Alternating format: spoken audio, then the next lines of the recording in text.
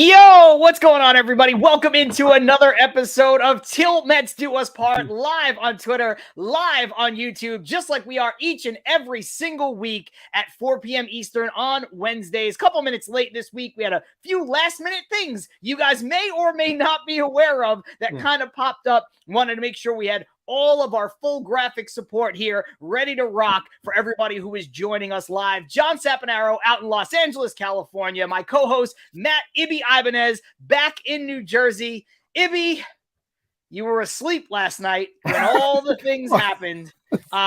So before we dive into any of it, I just want to ask you, you don't have to give your take on this right now because we're going to spend a lot of time talking about it, but how do you feel? I feel very, I texted you before. I said I was very jacked up for today. I walked into work today. People were saying, well, you seem a little bit more chipper today. I was like, well, let me tell you a quick story. The only thing I'll say, and we'll talk all about it in a minute, is I woke up to a whirlwind of my phone, like literally being on fire from the amount of text messages I got, DMs that I got, tweets that I got, all this. I'm like, what the hell is going, what is so, it's 6 o'clock in the morning. What the hell's going on? I had no clue what was happening. And then I just roll over and I see some of the tweets. I'm like, this has to be a fake account. Everyone's getting duped. Like, what's going on? Like, this is just Twitter. I mean, we know how this works, don't we? And then I'm like, holy shit, this is really, really happening. So, I'll get into all that once we start the actual conversation. But it's been a whirlwind of a day. And let me just tell you something. As a teacher, knowing that I had to go to work for 8 hours and then not be able to talk about the things I really wanted to talk about was difficult, but we're here. It is recording. The red light's on, and we are ready to go, baby. Well, first of all, let me just say welcome to all of our new subscribers. I know we've got a handful with the news breaking last night, and Angry Albanian Andy jumping in and helping us out like he always does with his work schedule. He's not able to join us live when we do these, when we do our podcast recordings that we're doing right now, but he's always super helpful, super complimentary. So for all of those folks who are joining us live because of him and you're new to the show, thank you so much for being here. Comments come in real time on YouTube, which is the best way to interact with the show. But of course, if you miss any of the show, you can watch the entire thing as soon as we end the broadcast over on our YouTube channel, which is called Till Mets Do Us Part, or you can wait till tomorrow and you can listen to the audio version of our podcast wherever it is you get your podcast, all courtesy of the Chop Sports Network. And one of those new subscribers, Chris2485, says, new subscriber here. Hey guys, LFGM, let's go. We've got Carlos Ramos saying sup. We've got David Carlos checking in from the winter wonderland in Minnesota. Woke up to the news, extremely surprised by it. It makes all Mets fans happy. Merry Christmas to all of us from Steve Cohen. We got so much more coming in. And of course, all of that is in reaction to the news that broke where Kodai Senga has finally chose his number, ladies and gentlemen. That's right, Kodai Senga. He was going to wear 48 maybe. No, of course, we're not talking about that. We're talking about the New York Mets signing Carlos Correa. I made this graphic last week, Ibby, and it said San Francisco Giants, so I left it on there. And I changed the logo to talk about the New York Mets signing Carlos Correa. I think they did it. I think they did it just simply so that you and I would not fight over this, because your take all offseason long has been the Mets have to re-sign Brandon Nimmo. I said, don't re-sign Brandon Nimmo. I said, spend that money elsewhere. Go get me a right-handed power bat. Go get me Carlos Correa. Well, they re-signed Brandon Nimmo a couple weeks ago. I had to eat crow on that. It's not that I didn't want him. It's that I thought they should spend the money on Correa. You were adamant to go the other way, but you did say, and we both said on this show, hell, sign both of them. Yeah. And here we are 2 weeks later. The Mets have Carlos Correa and Brandon Nimmo, and I am absolutely over the moon. You were asleep. I know you were asleep. I understand why. You've got kids. You had to be up early for work. It was late on the East Coast. Here on the West Coast, I was working on the graphics for this show. I was building out graphics, so I had my phone off to the side. I wasn't looking at Twitter. I finally finished everything. I closed my laptop, and I'm like, let me check Twitter before bed. And what do I see? I see a tweet from Subway to Shea, and he goes, well, I guess that means Beatty's time as a third baseman is over. And I was like, wait, what? wait. And I start scrolling through, and then I see the infamous tweet from John Heyman saying that the Mets have indeed signed Carlos Correa, 12 years, $315 million. And the first thing that I do is text my co-host, and I was like, it's real. Wake up. What are you doing? So, Ibby, how are you feeling, man? What's your reaction to this? Let's dive into it. You know, it's been a whirlwind because we thought we were going to get him 7 days ago or thereabouts. And then all of a sudden it's, hey, he was in too deep with San Francisco, and maybe the Mets got in a little late, and Boris didn't want to, you know, reopen negotiations, if you will. But everything works out, man. All coming up aces for our Mets. Yeah. I had a tweet exchange with a friend, Yankee fan, last night. And I was just saying to him, look, this isn't Met related. I sent it to him. I was just like, you know, general baseball, because we always talk baseball with each other. I was just like, don't you think this Correa stuff is kind of weird? This was like around 8 or 9 o'clock last night. I sent him the text. Don't you think this Correa stuff is kind of weird? Usually when this stuff happens, you don't see it happening on a guy that's signing a contract for $350 million. You've seen it before with like lower end guys. Oh, guys failed his physical. Oh, he's not going to get that $8 million deal. He's back to being a free agent. Like, you've seen stuff like that before, but I was like, something seems off. Something doesn't seem right with this. Something doesn't pass the smell test. And I kept on looking at Twitter. I was like, I was curious to see what happened. Not even so much from the Met perspective, even though the initial jokes were like, oh, Uncle Stevie, he made a call. Oh, here we go. And it's like, when the news came out, I was like, it seemed weird, mainly because I also thought of that Cohen thing with the Heyman piece, saying how, you know, oh, they were down the road. But you never hear this from anyone, really, especially an owner that misses out. The amount of money that he was willing to go to, you know, and the fact that he lost in that sense because they jumped in too quick. You don't hear stuff like that. So my initial questions were, when this whole thing was going on, I was like, I wonder, was this something where it's like Correa was willing to take less to go to New York as opposed to San Fran? What happened here with the physicals? And then as the news trickled out throughout the day, we see how the Giants kind of got cold feet and how things were going on. And get out of here. Trying to get, you know, they got, she's excited too. They got cold feet, and it kind of, you know, stalled things. So Boris just jumps back in, and then you see having text exchanges with Cohen. But it's absolutely wild to me to wake up to something like that, because it was like the wild, wild west. That's what it was. It's like, oh, this guy, oh, he, you know, we have a certain feeling. We may not sign him. Oh, well, if this guy's free, I'm going to put my client back out there. And all of a sudden Cohen comes in. It's like, hey, that offer I gave you, it's still on the table. You know what? Tack on 15 more million, and let's call it a day. It's like, it was absolutely insane. And it's like, you get the bat that you wanted, the bat that you needed, the bat that you championed for on this show, the bat that the right-handed bat that was going to satisfy Mets fans. Look, satisfying Mets fans is not easy, but the fact that people say, huh? The fact that people were, and to be honest, a point on this show that I was going to make I got my notes, and I was just like, don't need these, threw them out. Like, everything's out the window now. My initial thing about today was going to be, I thought people were pushing too much in terms of what they thought they were going to get production-wise from the players that were left on the market. Like, everyone's screaming about Brandon Drury, and we talked about the likes of Adam Duvall and Justin Turner and JD Martinez and Michael Conforto. Like, we talked about all those guys, and I thought people are pushing, thinking that these guys were going to be saviors for the lineup. And now it's like, well, forget about all that. I'm going to get you the all-star caliber hitter instead. That's going to play third base for us now. Now I think I satisfied your needs. It's like, yeah, you kind of did. And the fact that it's not like Mets Twitter's gone silent, but the fact that people are satisfied, like, to that extent, is incredible.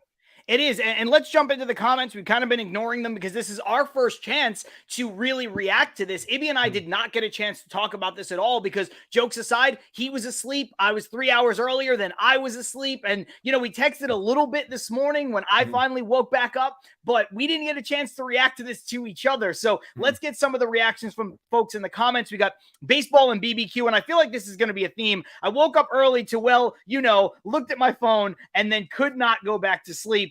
And then we've got David. My phone was blown up. My Mets chat early in the morning, but I turned my phone upside down, went back to sleep, woke up an hour later, and I was like, wow. And that's kind of that's kind of what the theme has been. I mean, Chris Torres saying, wow, I'm still in shock, LFGM. And then a person I mentioned already, Aunt Rivera from Subway to Shea, here in the comments saying, I always knew I loved John Heyman, which is an inside joke because all three of us kind of hate John Heyman. Me and Ibby had his fan club. Need a subscription, John? And then Stevie Mac couldn't sleep last night, randomly saw the news at 3 a.m., and I've been wide awake ever since. And you know, that's sort of the thing. Baseball and BBQ, Mets needed a bat, got a big bat. Chris, once again, once that article from San Francisco came out, my head started spinning like, this is really possible. Mm-hmm. And all of that stuff is true. And I even tweeted it out. I said, look, let's make sure that Correa is healthy first, yes. You know, physically, yes. You know, that there's nothing catastrophically potentially wrong with him, right? Like, let's make sure that this man is healthy in his life. Outside of that, if there's something that is ticky-tacky that the staff or the executives or whoever for San Francisco doesn't like, let's reopen this. Let's revisit this conversation because I thought he fit the Mets so well. And according to one of the beat writers, Susan Slusser for the Giants, basically that's what went down. Boras, the press conference got canceled. They wanted to renegotiate, but then they basically went radio dark for 12 hours. And, you know, here Boras is re-engaging with Steve Cohen, who was in Hawaii, which is why I'm rocking the hat today, by the way. This is the new unofficial Mets hat right here. Steve Cohen's on vacation. Steve Cohen is going through it with Scott Boras over text messages while he's at dinner. And that's why this thing dropped so late, Ibby, is because, look, they were set up. Scott Boras was in San Francisco to do this press conference, so he's 3 hours behind. And then you've got Steve Cohen, who's, I guess, 5 or 6 hours behind in Hawaii. So once they were able to renegotiate, or rather reopen this dialogue, it seemed like things moved rather quickly. So, you know, to me, I look at this, look, if you're, all jokes aside, if you're a San Francisco Giants fan, this is an absolute bummer. There's a great article in The Athletic that came out a couple hours ago where it's basically like, look, this is a black eye for your franchise, and it's a bummer for all of these fans because it looks like maybe they got cold feet. It looks like maybe there was something that's not exactly up to snuff here from a perspective of the Giants being willing to do this deal. Because, Ibby, you said it best. If a deal like this falls through, it usually gets redone or reworked. Right. But deals that are 13 years long for $350 million don't usually just evaporate and go away forever to the point where another team can swoop in and then offer a $300 million contract. Now, I know some of the naysayers are going to look at this and go, well, how do the Mets know the medicals are clean? Well, look, I'm looking at this, and I look at the second part of this tweet from Susan Slusser, where she says, it's an old Correa injury pre-MLB that raised the potential issue. It is not cropped up again. None of Correa's other physical issues have required medical intervention or ongoing treatment. And if that's the case, then it does look like this is a real ticky-tacky situation where it looks like somebody in the front office or the ownership or somebody was like, I don't like it. And look, the Mets had a similar situation with Kumar Rocker, so I'm not necessarily going to say that there's nothing to worry about, but I'm just happy that we have an owner that's like, look, we got involved in this maybe too late. We felt like we missed out, and we are going to revisit this. And I think the Mets have probably at least had some assurances over the medicals. I'm sure they didn't get to the point where they were reviewing them, but I think the Mets know enough that Steve Cohen wouldn't have said the things that he said on record about, like, we went and got the missing piece and all that stuff, if they were worried that there was actually something going on with Carlos Correa's physical health. Yeah, and I think it just really came down to him wanting to play with Francisco and not go to San Francisco. I think that's really what it came down to. But yeah, it's just, it was so odd because I feel like we've never seen anything like that. And I laughed at a tweet earlier when I saw that I think it was posted yesterday, just talking about how this is the beginning of a future 2 years down the road Jolly Olive video as to how Carlos Correa ended up on the Mets and how he's, succeeded and everything. So I did laugh at that because that does seem like something that will happen. But yeah, it was wild to, especially this, as the day went on today, seeing the things that came out and, the fact that the Giants are always a very thorough organization with giving people information, especially when it came to pressers, going back to yesterday in the presser, and the fact that the only thing that was read in their email to people that were going to be attending was today's press conference is canceled. And that was it. Like that, like it raised so many questions, and it made that was a big red flag for me. I agree with you. I think that there was something about, look, the timing is always not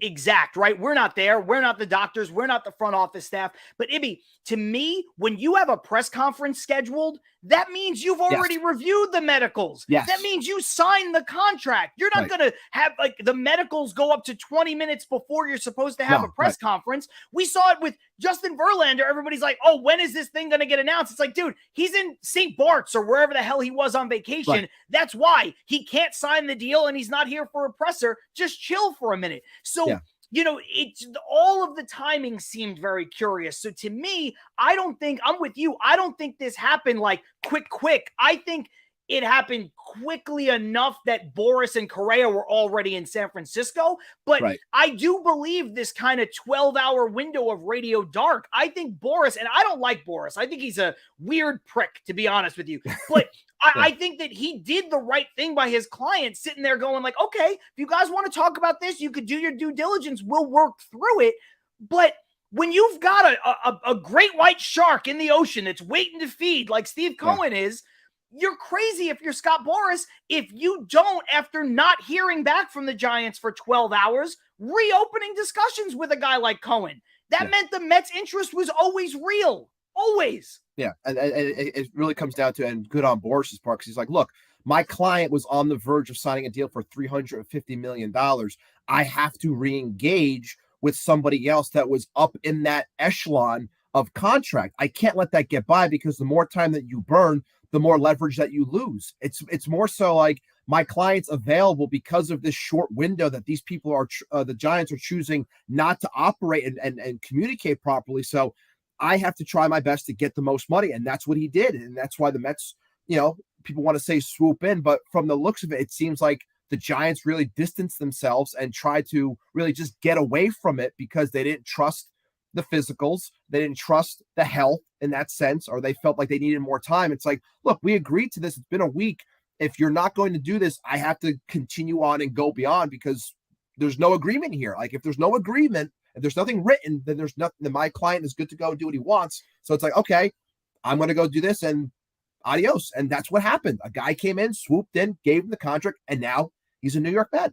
Also, let's look at it from a perspective of what Correa went through last offseason, right? He took that 3-year deal with the 1-year opt-out. He also recently switched agents to Scott Boras. He seemed like he was the only guy who was, out in the cold over the last 2 seasons. If you count Lindor, who never really made it to free agency, Ibby, there were so many people, so many great shortstops that were getting paid. And for some reason, it seemed like Correa was the odd man out. And I think Boras needed to deliver for him. And again, my personal feelings for Boras aside, he absolutely did, just like he does so many times. Carlos Ramos saying, I like the hat, John. I think, and this came in before I mentioned why I was wearing it. I think the little smiley devil lets us all know that he knew exactly why I was rocking it. So what about, Ibby, I want to ask you about this before we talk about, what this means for the Mets and the lineup and all of that stuff. There's a lot of conspiracy going around here with maybe Correa, after finding out that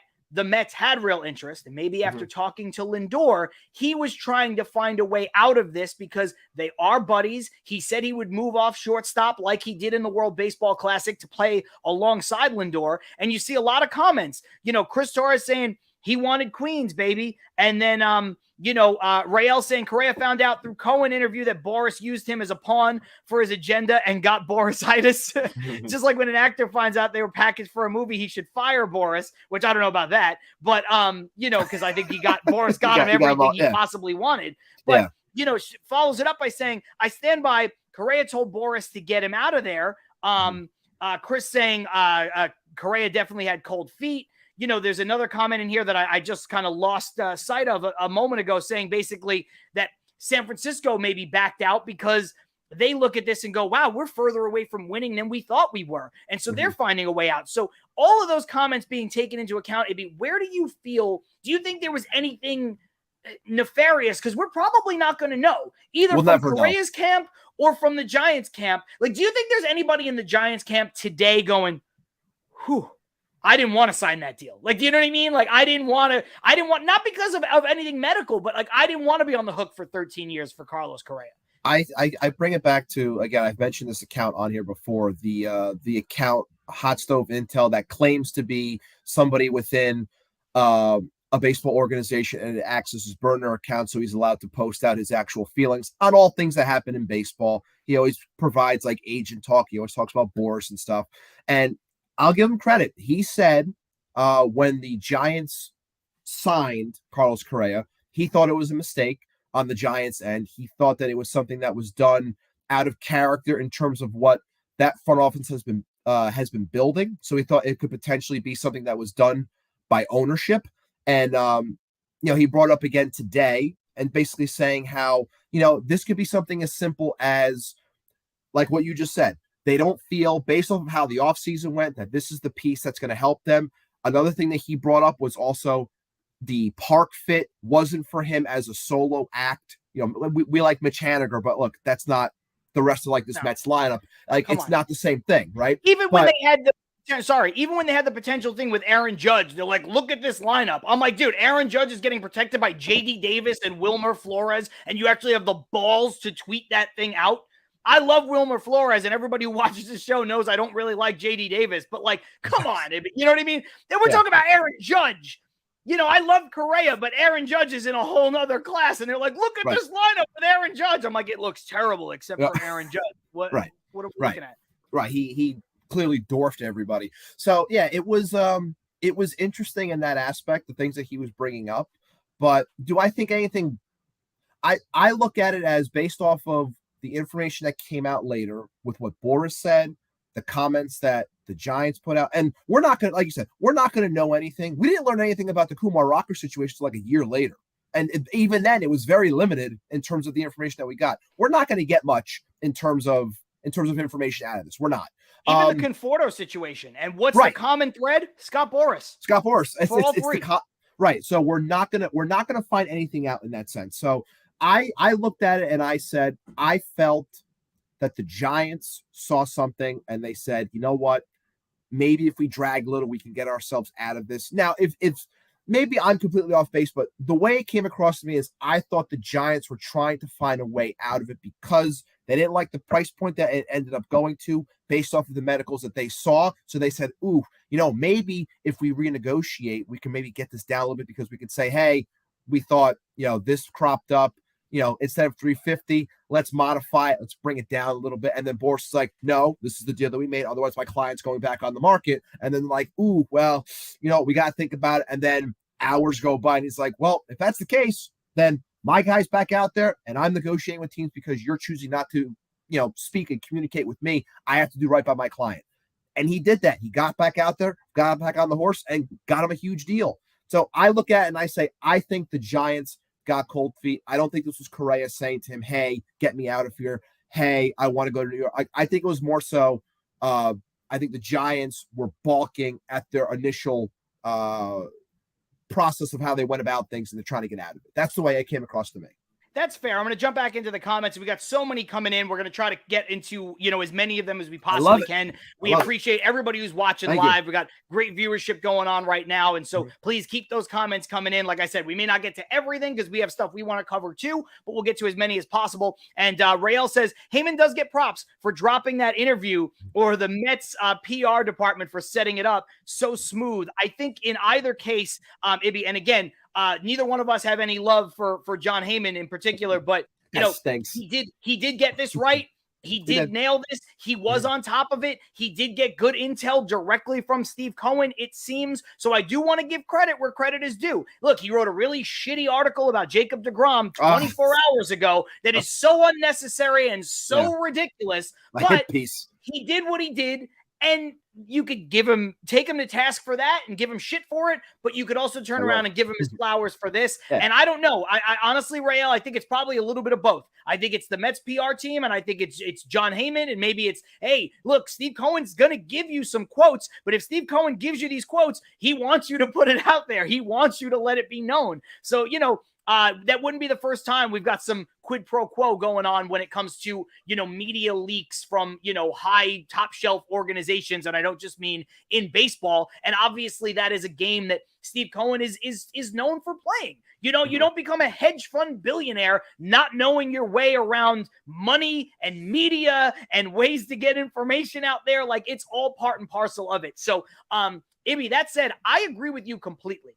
I think what happened was the San Francisco Giants thought they had Aaron Judge, and then they missed out on Aaron Judge, and so they pivoted, as any organization should. You've got money to spend, go ahead and spend that money, use that money to go get a piece that you need. And I think Carlos Correa fit their team. I don't think he fit their team as well as Aaron Judge did. I don't think Carlos Correa fits the Giants as well as he fits the Mets. So I think there's some stuff there that you can certainly look at, but I think what happened was they jumped in, they got into it, and then all of a sudden now they're like, man, like, we're displacing Brandon Crawford, which I know is not their highest priority, but like, then we're displacing our longtime shortstop. We're signing a guy to a 13-year deal. We're probably not going to be competitive for at least the first chunk of that time because we're going to be stuck behind the Padres and the Dodgers, who are the class of the division. They're a third-place team at best, I think, most years. So I think they found a way to pull the ripcord, like you said, and get out from under something that maybe they I don't know, like only fools rush in kind of thing. Right. They got spurned by Aaron Judge, and they were like, let's just throw all this money at Correa. And they're like, damn, like, this doesn't make sense for us. Yeah. Yeah.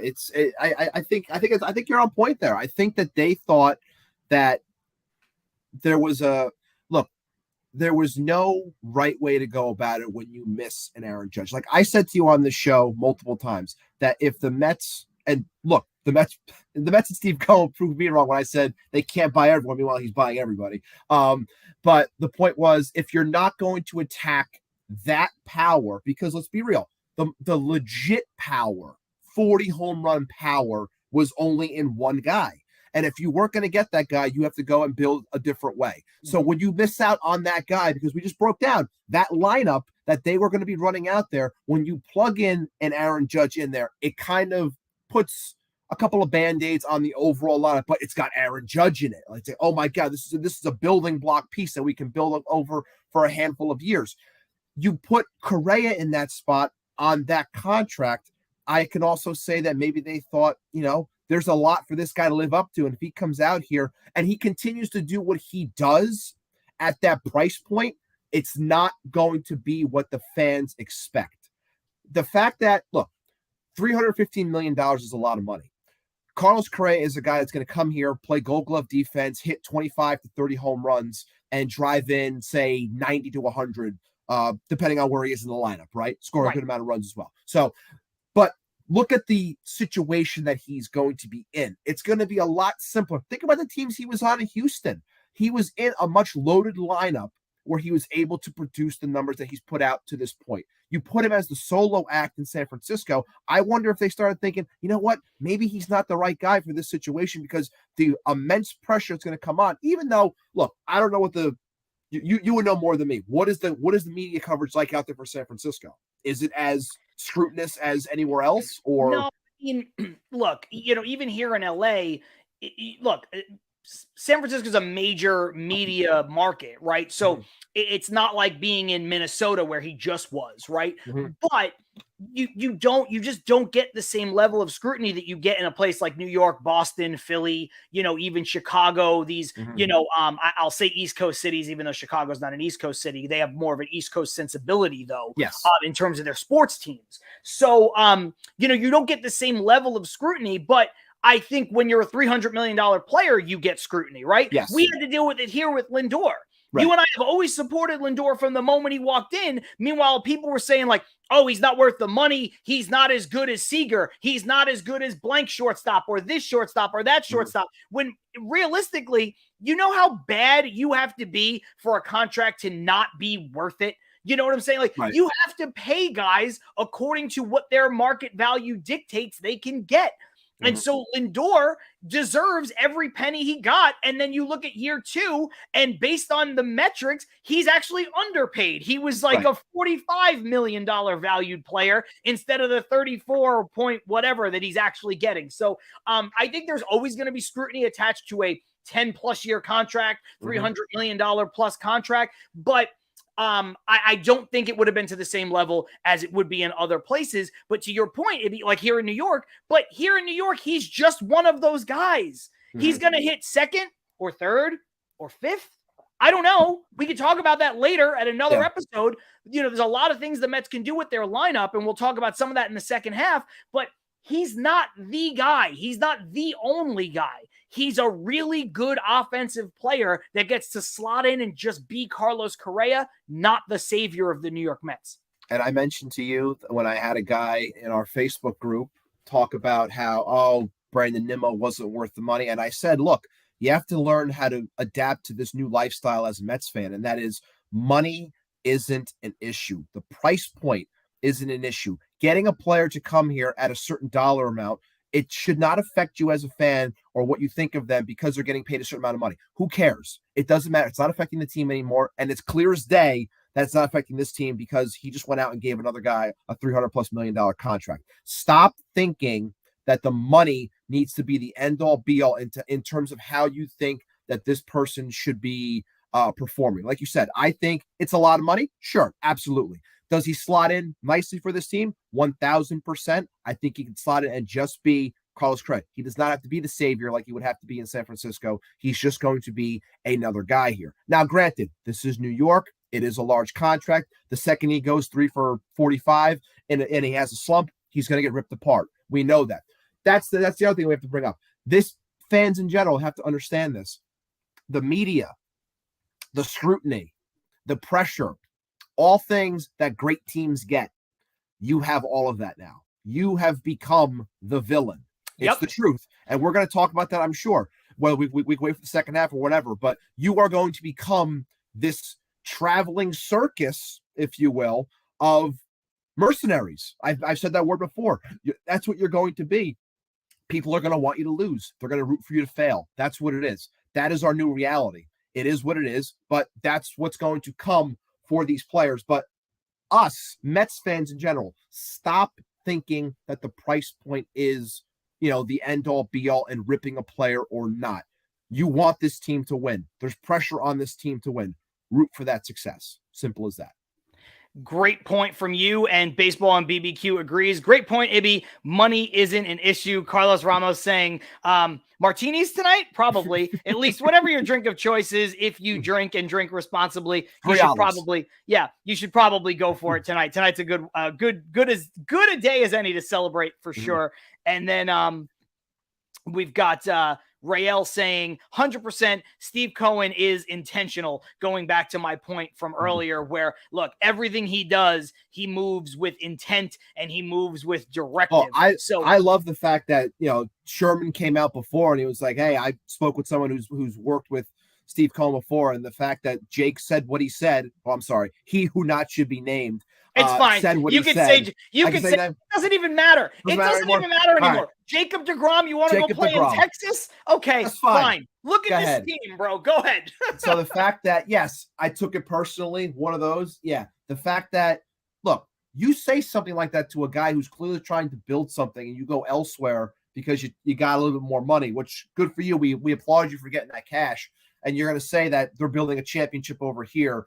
And it's like, and I'll wrap all this up with when we talk Verlander or whatever in the second half too. But the things that are said about this organization now, but you leave and you say you like that this team, the Texas Rangers, are building, a World Series caliber championship mindset. It's like, I would take offense to that too. I'd be like, you know what? Screw you. I'm going to go get Carlos Correa. I'm going to bring back Adam Ottavino. I'm paying Kodai Senga. I'm paying Justin Verlander. I'm doing all this stuff to show you that I'm building a champion, and you can go screw yourself out in Texas. Well, we talked about this last week and the week before when we were talking about the DeGrom stuff. And it's like, okay, Mets fans or baseball fans, what do you expect him to say, right? He's going to say the things like, oh, I believe in what's happening here. Like, you're not going to, DeGrom's not going to sit down there in Texas the first time he's meeting the media and be like, I'm taking the money, baby. That's why I'm here. I'm here because I hate the vaccination rules in New York City. I'm here because when I retire with my family, I want to live on a ranch in obscurity and I don't really want to do public appearances and stuff like that anymore.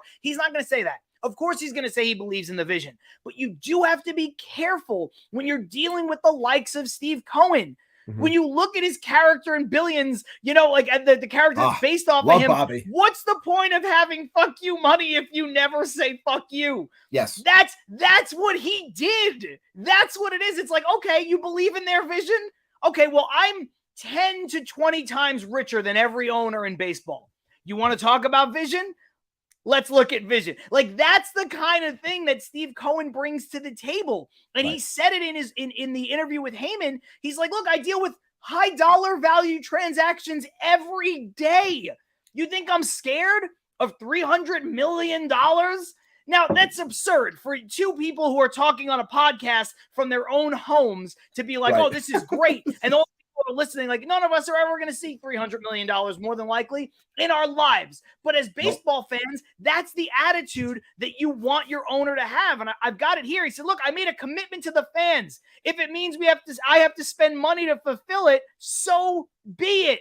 And that is so refreshing after dealing with the Wilpons for our entire lives. You and I's entire fandom basically has either been partially owned or completely owned by the Wilpons. Now we have Steve Cohen, a guy who says, if I have to spend money, who cares? Right. Because he has, Ibby, fuck you money. He does. And I think the biggest, to go back to my money point before, it's like people need to understand something. We, as fans, outside of the people who can afford the boxes, but for the most part, we are the average Joes. We're the ones that pack the stadium. We're the ones that do look, we're never going to have that money, but we have to stop thinking that we understand that world. That you're close to the team. You love your team. You want to be a part of these things. I get that, but you also have to understand this is a playground for these athletes in terms of making the millions. This is a playground for Steve Cohen. The money doesn't matter. It's whatever. Because I know a big talking point is the complaining about billionaires and whether they're spending money or not spending money. We know that it's going to be a talking point the entire year. But the point is, they can all do this. They choose not to. It's a playground. It is all. It's to quote one of my favorite movies, Wolf of Wall Street. It's a fugazi. It's fairy dust. It's not real. It doesn't matter. For these people, it doesn't matter. So stop thinking that money has to affect you as a fan, whether it's the cheering aspect or the complaining aspect. Stop thinking that. Money doesn't matter. I totally agree. Did you drop out at all? Because my connection just went off the rails for a second, and I lost connection for like 10 seconds. But I just kept going. But yeah, as long as you're here and the fans are still here, that's fantastic. I don't know what happened. I was just sitting here listening, like, yeah, and then all of a sudden I was gone. Listen, now's a perfect time to head into the break. We're a little bit just under 40 minutes. This probably episode will go a little bit longer than an hour because there's so much to talk about. For everybody who's watching for the very first time, this is just a 10-second ad spot that we have to include for our audio podcast. We can throw some ads in. We don't have the ads for the live stream. So if you're watching this saying, I don't want to sit through a break, don't worry. It is 10 seconds, and then me and Ibby will be right back with you. So John Sapanaro, Matt Ibby Ibanez, Till Mets Do Us Part, live on Twitter, live on YouTube. We'll be right back.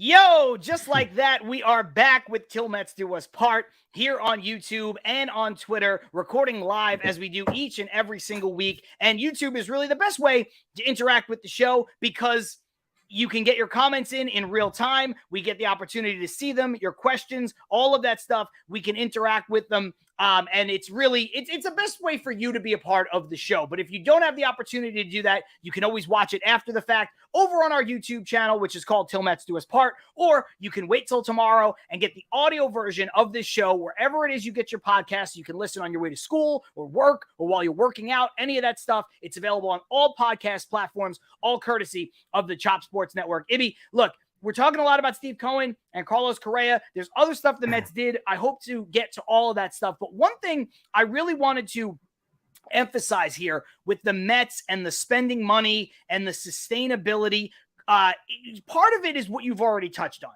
And that is, look, money doesn't matter for Steve Cohen. It's clear, right? Money doesn't matter when it comes to fulfilling promises to fans. Money doesn't matter because he's a Mets fan first. Money doesn't matter because he's worth $17 billion. Money doesn't matter for a myriad of reasons. But the other thing that I want to look at this from is a baseball perspective. The reason why I was championing for Carlos Correa the way that I was is because he makes sense for the Mets. Now, people are going to sit there and go, well, what about Brett Baty? He's the second prospect in the organization. He plays third base. What about Escobar? You've got him for another year. He plays third base. What I say to those people is it's irrelevant because Carlos Correa is better than Eduardo Escobar, and you only hope that Baty, I like Baty, can be the kind of player that Carlos Correa already is, right? So when you look at it from a baseball perspective, it just makes sense to move pieces around. The other reason why I was championing for Correa was because of versatility. Now, all of a sudden, the Mets have that versatility. People are saying, well, what about DH? I don't know about this Vogelback situation. Darren Ruff's still on the team. What do you do? Well, if Carlos Correa plays third base, that means all of a sudden, Eduardo Escobar can be your backup third baseman, your backup second baseman, sometimes your DH, plus he's a switch hitter, so you're really not locked into one side of the plate or the other. Now you've got a situation like you did with Javi Baez when he was on the team, that Correa also becomes your backup shortstop.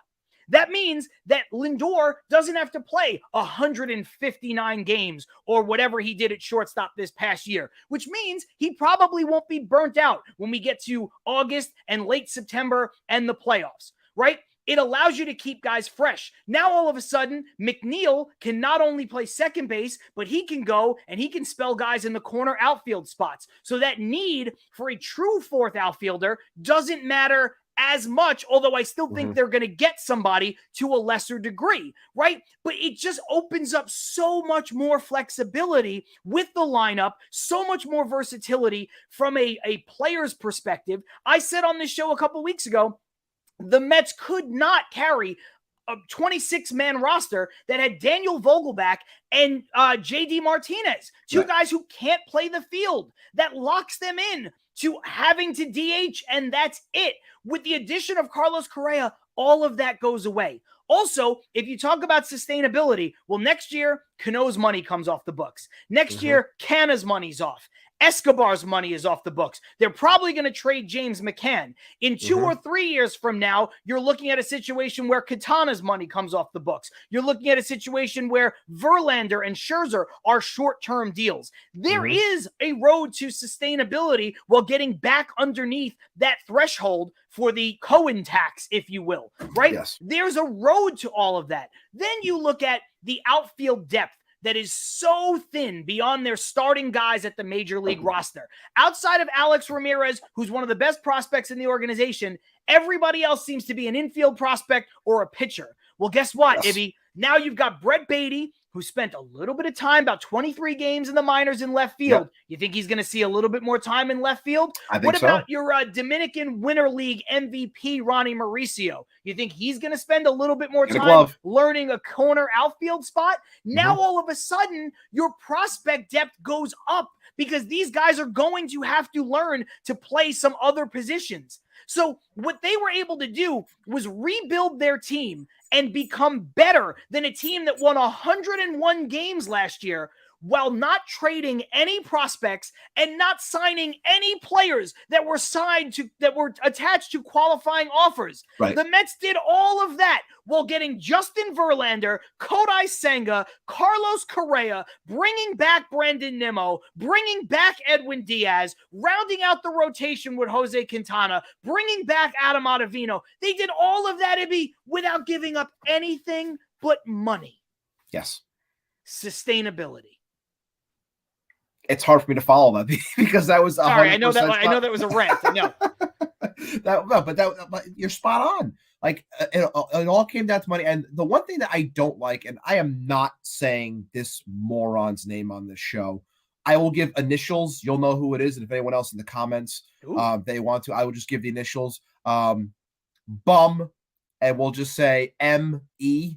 I think you know who I'm talking about. He's a complete idiot. Used to be with the Mets in the booth. Likes to put out tweets to get a little bit of attention. I'm not saying his name because he's an idiot. But he's talking about the fact of how money's being spent and everything. I think people need to understand something, that when it comes to this Mets team, that the only way it was ever going to be on the road of sustainability that you were just talking about is by spending money. That was the only way this was ever going to happen. Otherwise, this was going to turn into a giant project that was going to take years upon years upon years to finally see fruition. And look, you don't spend $2.4 billion on a team to go through what the Astros did and rip things down and lose close to 400 games in a 5-year span to try and build things up to become what they are now. Not everyone can do that. Okay. Look, we don't even know if it's going to work for the likes of Pittsburgh. They're trying. They're not spending any money, but they're trying to build up the same way that the Astros did. But when you do that in New York and you have the cash, you want to see some returns, you want to pack the stadium. The guy's a diehard. He's going to spend the money because that's all it is. It's money. It's not losing anything in terms of your competitiveness. Yes, you lose a little bit when it comes to where you can draft because you go over a certain tax. Yes, you lose some money when it comes to the international spending. I understand that. But you don't lose everything in general. You just drop back a little bit. So you're still replenishing the things that are a little bit low. We know the things that happened with the Wilpons and Brody when it came to the farm and things that were sent out and a lack of things that were brought in. We know all of that. The only way to fix it was through money. So when I see people complaining about money being spent on this team, at the clip that it's being spent, it's because this was the only way that it was going to work. And I can be honest too. I am super excited and pumped up about how this team is at this moment. I know they're not done. I am pumped up at this moment, but I am not going to sit here and say that I'm still not thinking about the Braves and Phillies. Those are two damn good teams. They are, even after spending this type of money. So that goes to show you the amount of work that needed to go into this team to be competitive. So I don't want to hear anything about the money. And the other big thing is, just because they're going to come down to that 150 area after 2025, you think this is going to stop? They're just going to run it up again. You know what? Maybe they will. But you know what that also tells me? That the likes of Boston and LA's and the Chicagos and the other teams that are more of a problem that don't spend money, the Oaklands, the Pittsburghs, the whoever else you want to bring up, open up your wallet. If anything, Steve Cohen is proving that he's worth billions of dollars and he can do whatever he wants. Other owners, sure, they don't have 17 billion, but they got 5 billion. They got 8 billion. They're worth all this money and they don't want to spend it. That's on them. That is not a Mets problem. That is not the Mets being bad for baseball. That is the other owners being called out, and they're not going to like that. They're being called out by the actions of Steve Cohen. This is on them. They can be better. They're choosing not to be better. Exactly. Baseball and BBQ says it. The Cohen tax goes to the other teams who should use it to improve their teams, but they don't. That's something that you and I have been arguing since the lockout. And we did it with people who were former players, former player reps. We talked to Turk Wendell about it, Glendon Rush. We talked to Ed Lynch about it, who was not only a player, but then a GM. We talked about these guys not spending money. I'm sorry. I refuse to shed tears for somebody who's rich enough to own a baseball franchise and then not invest in the team. You look at the likes of the Cleveland Guardians, they are the 4th richest team in baseball, and they have the 4th lowest payroll in the sport. To me, that is an inequitable situation. Okay. I'm not saying that you have to go bankrupt to try to put a winning team on the field, but you're not going to go bankrupt putting a winning team on the field. And to Steve Cohen's point that he said earlier, and I'll bring it back up, if that means I have to spend money to fulfill that commitment, so be it, because that's what baseball is. That's what owning a sports franchise is. You can get better ROI without being competitive in a different pursuit. Go invest in green tech. Go invest in blue chip stocks. Go build a fucking spaceship and fly to Mars for kicks. I don't care what you do. Baseball, sports teams come with a certain level of responsibility that you're taking on. You're agreeing that you're going to do your best to put a winning product on the field. And I use the Cleveland Guardians as an example because if you're the fourth wealthiest team in the sport and you have a bottom 4 payroll, guess what you're not doing? You're not doing your best. You are absolutely full of it. Jump back into the comments. First time commenter Stephanie Giannotti saying, Steve Cohen. Yeah, that's Steph saying Steve Cohen is an animal and I am here for it. I am too. I think everybody is. Rael saying Esco switch hit DH and has some speed. Vogie's a good guy, but no need for him anymore. I know unpopular because people love him. I think Ibby, it comes down to the fact that it's just a no-brainer. He makes $1.5 million, and at $1.5 million, you could be a bench piece. At $1.5 million, you can come off the bench in the 8th inning every day and hit against a right-handed pitcher and never see an at-bat as a DH.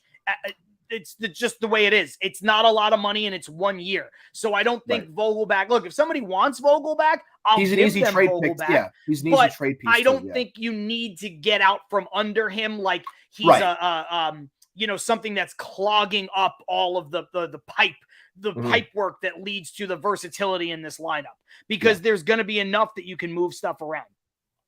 Yeah, I agree. And I think that, look, his place is look, he was just viewed as a DH, as a spot DH, can't really do anything in the field. But like you said, it's the cheap money aspect of having that.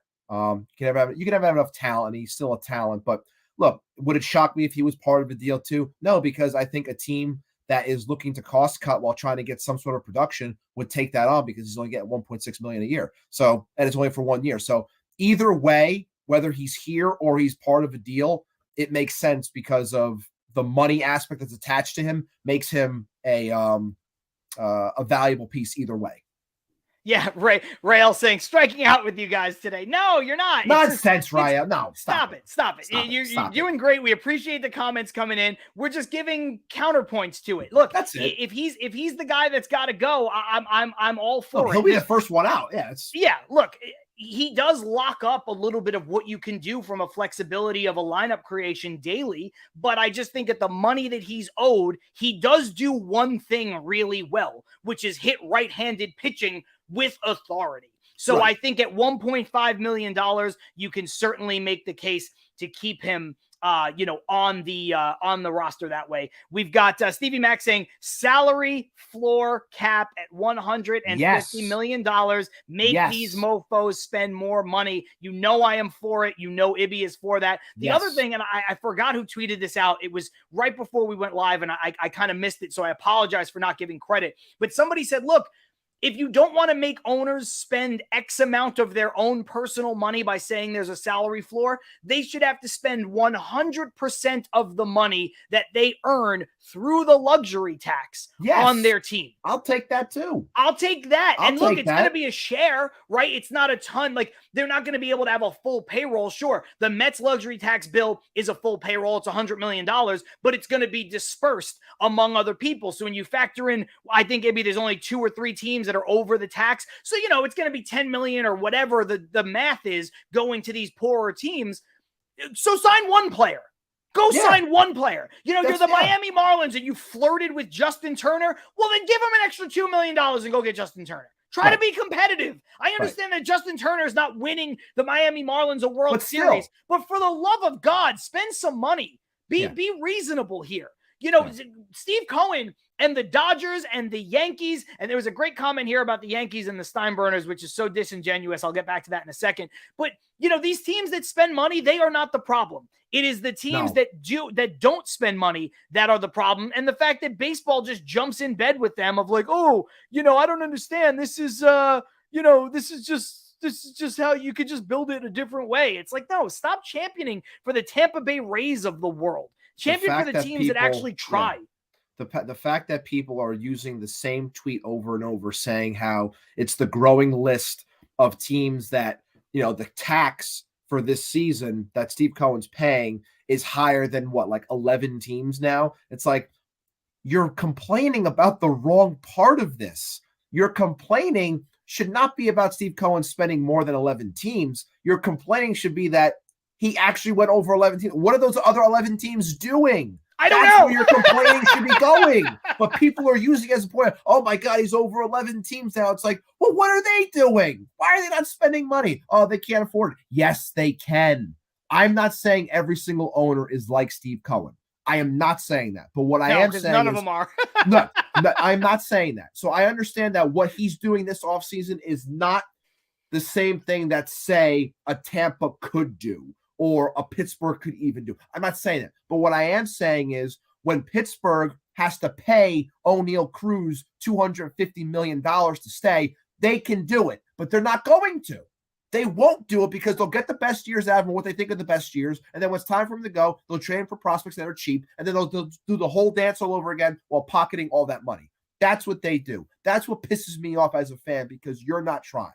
That's what should piss off every single Pittsburgh Pirate fan.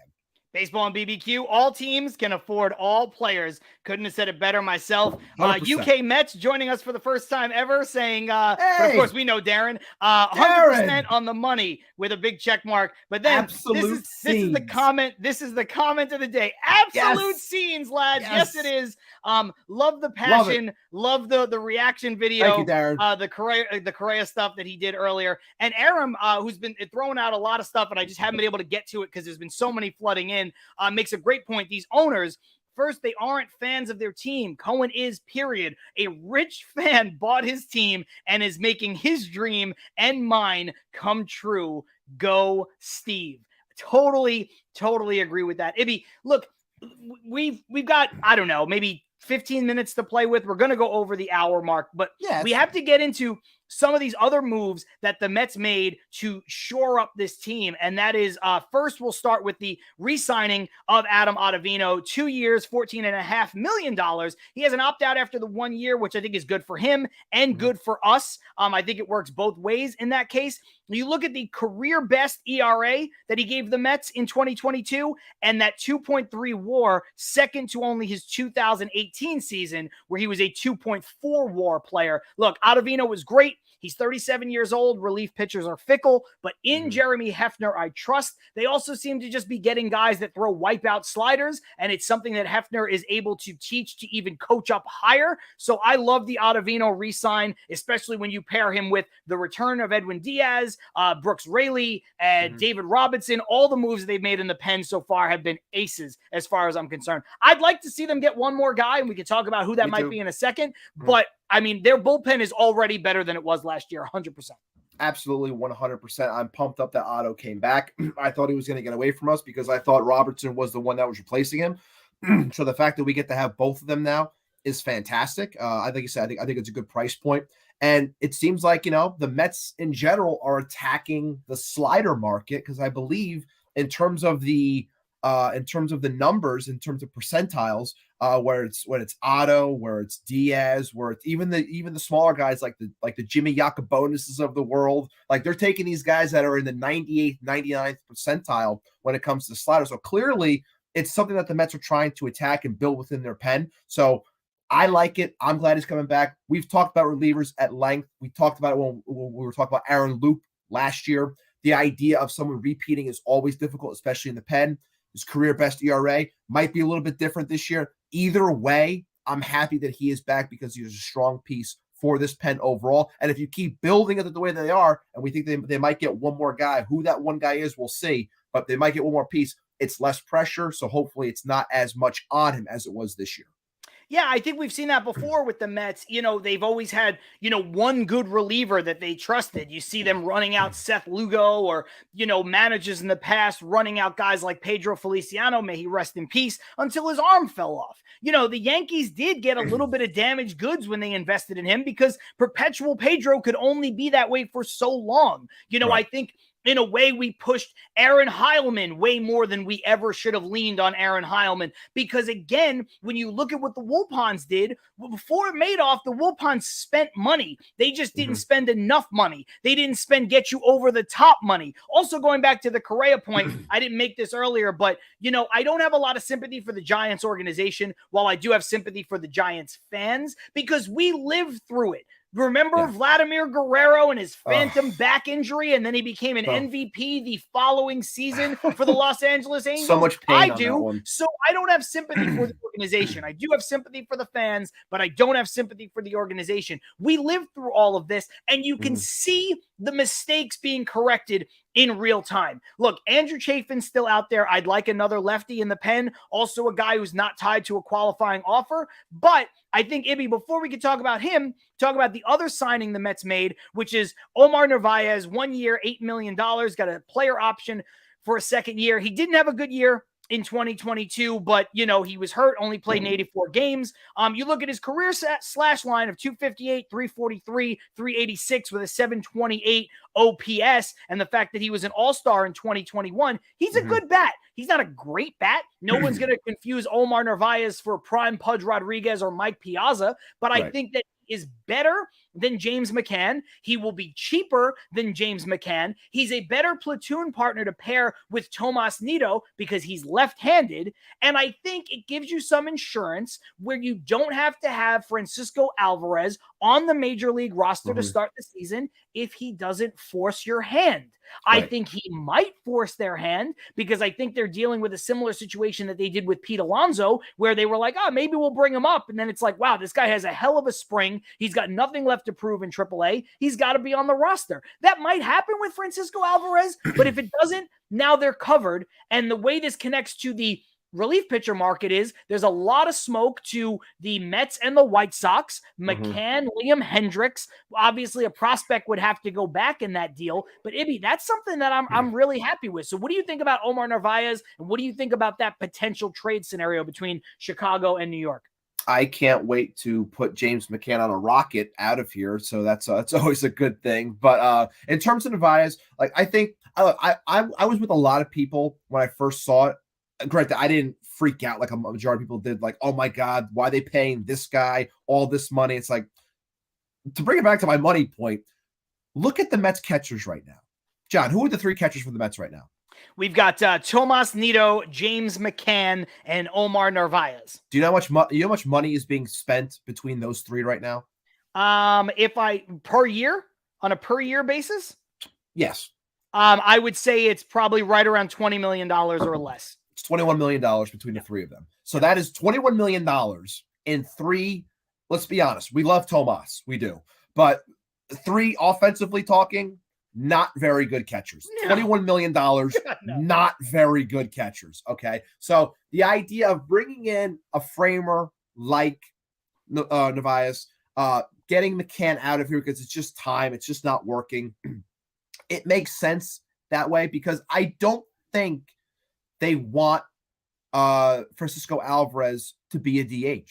I don't think that they do. It's easy for us to talk about it because we see the bat, but I think they want him to be in AAA. They want him to catch. They want him to get better at the position. So when he comes up, he is catching. And the one thing we always have to think about is when you assemble a staff the way that you assembled it, you have guys that are legit Hall of Famers when it comes to this. The last thing they want is someone behind the dish that is not up to snuff for what they're bringing to the table. Yeah. You have to make sure that you have guys that these guys can trust. And look, we can talk about the offense all we want. It's still going to come down to our pitching. And it's still going to come down to the likes of Verlander and Scherzer and Senga and Quintana, like all these guys staying healthy and delivering. That's what it's going to come down to. We all know that.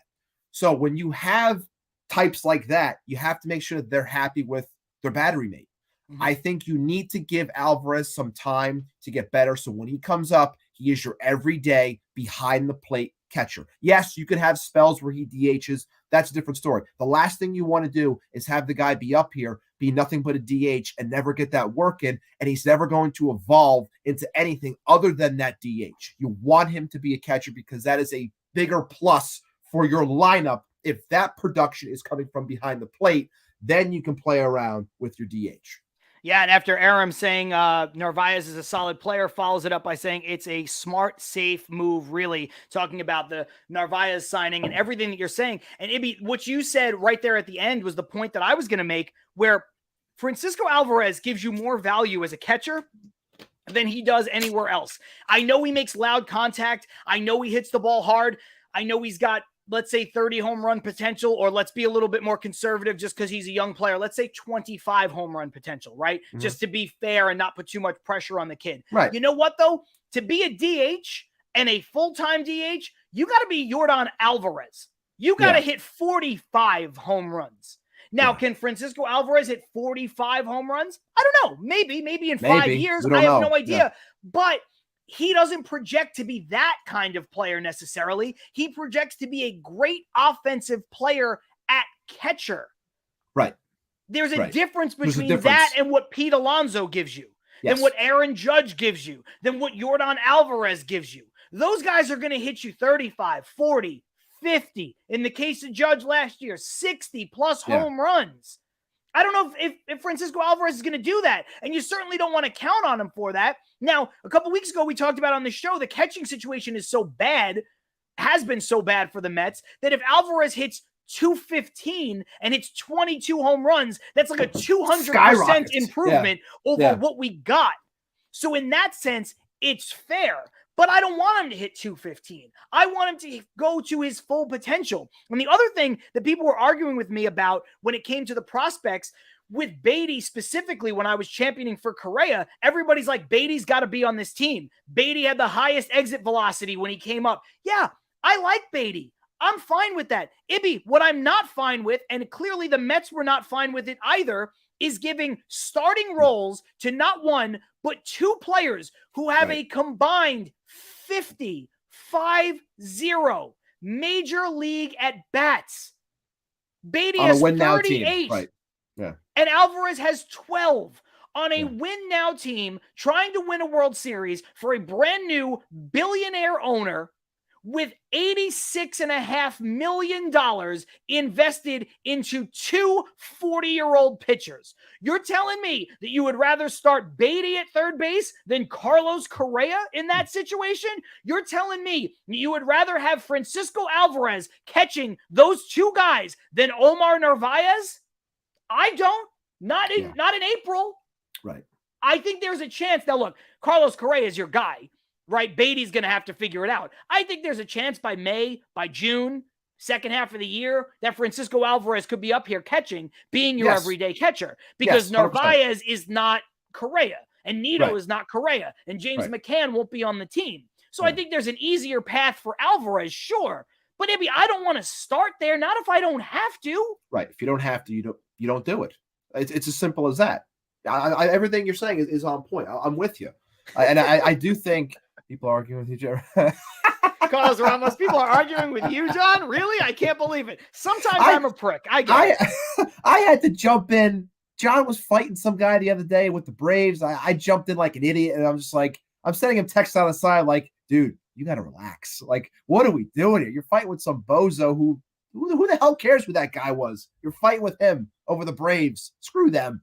That's fair. Stevie Mack saying Omar and Alvarez are both from Venezuela, so it could help Alvarez learn from a veteran. You know, it's nice to have a countryman there. I get that. I get that. And then Carlos saying, guys, Narvaez is here to help Alvarez settle in behind the plate. They are very close. This is a strategic move. Alvarez will be catching this season, and I'm good with that. I'm totally good with that from the perspective of everything I just said. It's not that I don't want Alvarez. I just want it to be in a way that makes sense. I'll give you an example. You want him to succeed to his full potential, as it's like once he comes up, it just goes. You don't want it to be where he's brought up and clearly there are going to be a good amount of growing pains, like a former number one prospect in baseball that the Mets had in Ahmed Rosario. Ahmed's doing a good job right now in Cleveland. He's doing a good job. Granted, Jimenez is outshining him. We know that, but Rosario is finding his footing as a player. It took some time, though. It takes time. And for catchers, it takes double that time, okay? Because you're learning the intricacies of a staff. And like I just said, Hall of Fame pitchers, it's going to take work. And I'm not saying that the guy's not going to work. He is, okay? He's going to put the work in. He's constantly showing it. But we also have to remember this, too. It's the ankle. You never know. The ankle, he had the surgery. Again, this is a precaution thing. Like, you take care of the guy. You don't rush him. There's no need to go crazy about it. Let him take his time. Let him make sure everything is proper. Get his reps in. And then when he's ready to come up, he's here to stay. That's it.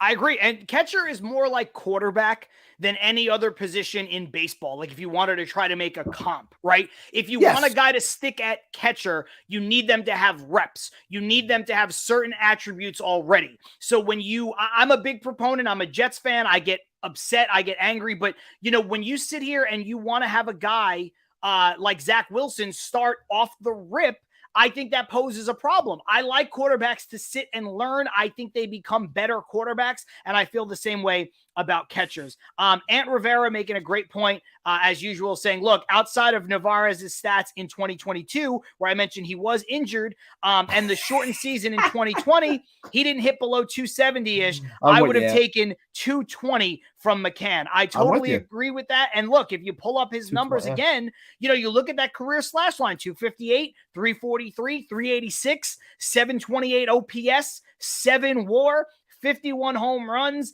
NL All-Star in 2021. The guy can hit. The main difference, if I'm going to be the contrarian on it just a little bit, is because City plays different than Milwaukee. Milwaukee plays a lot better for hitters. So if that would be like the one thing I would bring up. But they are bringing in that right field fence 10 feet.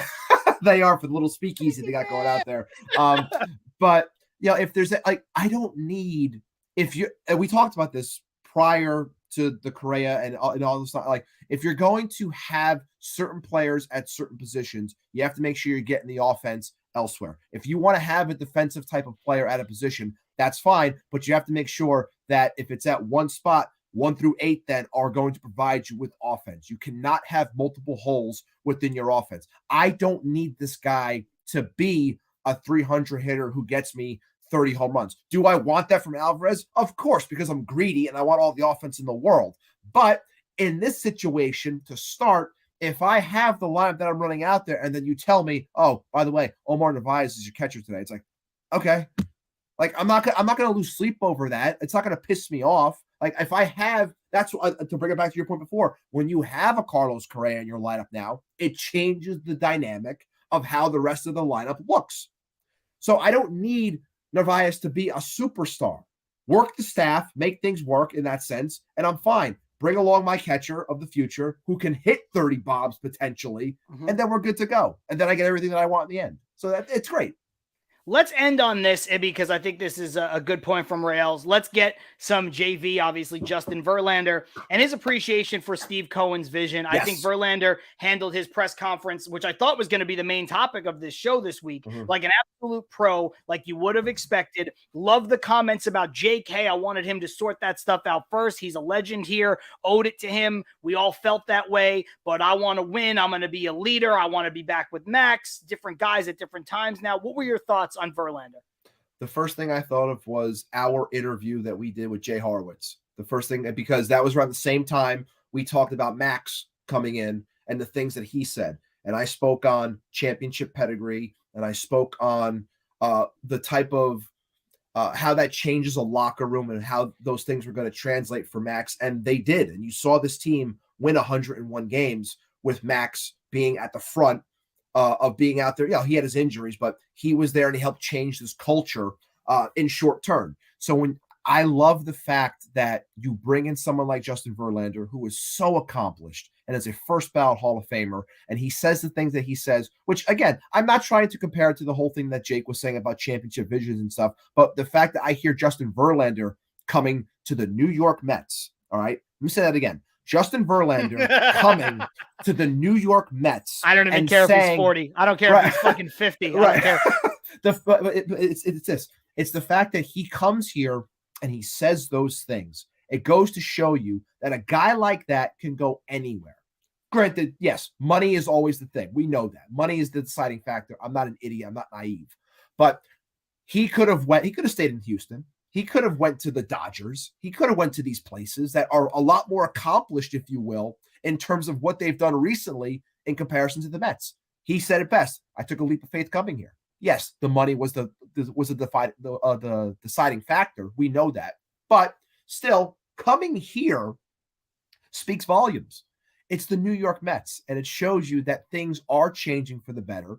And the fact that Justin Verlander, who is, again, first ballot Hall of Famer, a champion, coming off of his greatest season in terms of ERA and another Cy Young at the age of 39, talking about the changes that he's made to his body, how he takes care of himself differently now, and how he wants to be like that Nolan Ryan type that's going to pitch into their 40s. He's already the closest pitcher we've seen to Nolan Ryan already in terms of ability, build, and everything.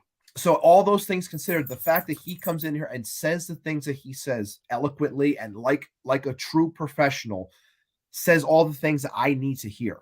That's fine. But it makes me feel happy. And I'm going to save my final point for our final thoughts, and I'll bring all that back home. But in terms of Justin in general, I'm pumped up that he's here. I was ready to run through a wall after some of the things that he was saying. So the fact that he's here, the fact that he's a New York Met, I think it's going to be a theme this year on Mets Twitter like it was last year. I can't believe that Max Scherzer is a New York Met. I still can't believe that Justin Verlander is a New York Met. I agree with you. I agree with everything.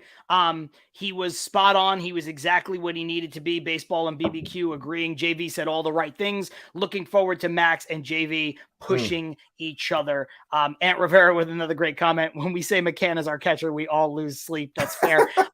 So Ibby, look, we're at an hour 15. We should wrap this up so that, we don't go too long, although I could spend all day doing this. So what is your final thought, putting a nice bow on the end of this episode? My final thought was, again, when it came to the money and everything that people are saying, it's not even the money that was given to Carlos Correa. Hell, it's not even Carlos Correa, the player, that made me feel the way I felt today. And maybe other Mets fans feel this. Maybe you feel this way too, John. We'll find out in a minute. It's not even the player that made me excited. It was the vision. It was the owner. It was everything that was being done to win. That's all I've ever wanted. People that know me, who have either, when I was, 50 people on my Twitter screaming into the void about the Mets, or my friends in general in the group chat, whatever it may be, they've always known me to be the guy that just wanted direction, vision, and money to be spent. So the fact that I'm getting those things, and the fact that my owner has done the things that he's done to this point and still says, you know what, we need more. This team can be better. And he goes out and he does it. That's what made me so happy. That could have been any superstar player. That could have been Carlos Correa, which it was. That could be Juan Soto. That could be Shohei Ohtani. That could be Rafael Devers. It doesn't matter. Next year.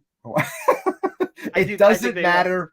It doesn't matter who the player was. I'm not even looking at the stats, the lineups, any of that stuff. I'm just looking at the idea and the fact that our owner said, we've done a lot, but we can do more. And he went out and he did it. That's why I am so happy. That's why you Mets fans should be happy about the direction and where this team is going. Listen, man, that is perfectly said. It is eloquent. You're on point. The only thing I'll say to add to it is, we've said it on this show before.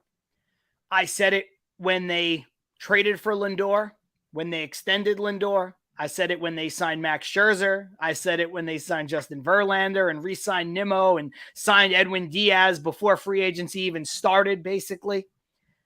Abby, I'm never going to say it on this show again. This is the last time, right here, right now. Same old Mets is dead. The Wilpons are gone. Dead. It's over. The payroll with the luxury tax is going to be $500 million, basically. $500 million. The highest payroll in the history of Major League Baseball. He's going to pay more in luxury tax penalties than some teams' combined payrolls. If you say same old Mets, if you say Cohen's just like the Wilpons, if you say Epler's asleep when they make a deal when people are literally asleep, if you say it anymore, I'm not even going to argue with you. I'm just going to block you because it's irrelevant. It is gone. It is dead. It is buried, and it's never coming back. Not only is it buried, but we encase the casket in concrete just to make sure that it can never rear its ugly head again. It is gone. It is gone. It is over. Ding dong, the witch is dead. Steve Cohen is here. He is the priest that exorcised the demons of the Wilpons, and it is gone forever. That's it. It's gone. It's done. If Carlos is still in the chat, make sure you hit that NWO music because that's going to be the theme for this year. Simple as that. The NWO theme is the theme this year. Always. Rael saying, great show, guys. Hope the numbers keep growing. We hope so, too. We appreciate everybody who was so active in the comments. I mean, yes. Ant Rivera from Subway to Shea, who's been a guest on this show before. And Ant, we're going to have you on again soon to talk about some things because we want to. And thank you for having me on your podcast and Ibby on your podcast as well. And thank you to everybody. Rael, I know that you talked to Andy, Angry Albanian. He's done a great job in helping grow some of our numbers on Twitter and everything. And we really appreciate that. We appreciate everybody who takes the time, the hour and 20 minutes that we've put in so far to talk about our New York Mets. Ibby and I would talk about the Mets the way we're talking about the Mets on the phone with each other for no one to listen. So the fact that you guys listen, the fact that you come here and you choose to spend an hour or so of your week with us, whether you listen after the fact, watch after the fact, or watch live, we appreciate it. We love all of the love that you guys show us online, you know, whether it's on Twitter, on social and all that stuff, or here on the show. Thank you so much for it. It's been an absolute blast. I'd be remiss if I didn't say Happy Hanukkah and Merry Christmas, because we won't see you guys until after Christmas. We will be on next week, so we'll see you in between Christmas and New Year's and all that stuff. But, of course, Happy Hanukkah, Merry Christmas. Christmas came early. Hanukkah, probably the best Hanukkah gift anybody could have ever gotten if you celebrate, is Carlos Correa in the middle of the night. So, I mean, what an absolute unbelievable blast this has been, Ibby. And you know what? We're not slowing down. We're going to keep on doing this show. We're going to keep on talking Mets. We're going to keep on moving. And yeah, just to reiterate the thing that you just said before we closed out officially, I was so proud. And I kept on texting John, letting him know our numbers from our last episode. Look, guys, there have been times where the algorithm for YouTube is tough. It's not easy. All right. It's hard to understand. I have no clue. Maybe last week was fleeting. No idea, but we gained a lot of new people. Hopefully you guys stay. The fact that we were able to cross the 1,100 mark on views on our last video, we got like 30 plus thumbs up. All those things matter. It allows us to show up within the algorithm on Related Mets videos. So whether you're watching any, the Wardies of the world, the Ryan Finkelsteins of the world, whatever it may be, you might see our video down there. You click on it, you give us a watch. It's much appreciated. It's a small goal of ours. It was awesome to see, and hopefully we can continue doing it. So thank you so much. Yeah, and you know what? Like Stevie Mac always says, he usually beats me to the punch. Follow us. Follow us on social media at Till Mets Do Us Part on Instagram and on Twitter. You can also follow myself and Ibby individually. Our handles are right underneath where we are. It's weird because everything's reversed. So follow us there. And also subscribe. Subscribe to us, whether you want to listen on Spotify or Apple or Amazon, whatever platform you listen to your podcast. And of course, subscribe on YouTube and turn those notifications on so that when an episode is going live, you can be here in the comments and you can interact live. We really appreciate it. That said, ladies and gentlemen, one more time, Happy Hanukkah, Merry Christmas. Carlos Correa is a New York Met. Justin Verlander's a New York Met. Kodai Senga's a New York Met. Brandon Nimmo is still a New York Met. Edwin Diaz is still a New York Met. Man, oh man, the hits keep coming. For Ibby, I'm John. We'll see you guys next time. Peace.